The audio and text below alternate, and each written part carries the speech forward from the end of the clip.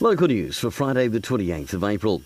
Two major house fires just hours apart had local fire crews very busy overnight Wednesday.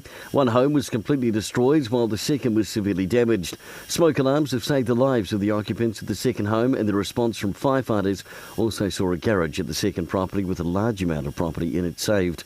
Crews from Masterton, Morrisville and Carterton were in attendance.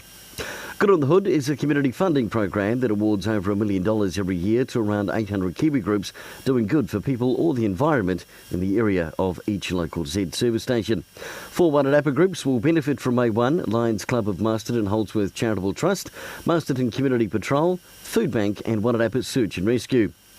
On top of $4,000, every Z service station has an additional $1,000 to use for discretionary Good on the Hood neighbourhood support in 2017. This year, environmental groups were eligible to apply for the program, so Kiwis will be able to vote to support an environmental need at some sites.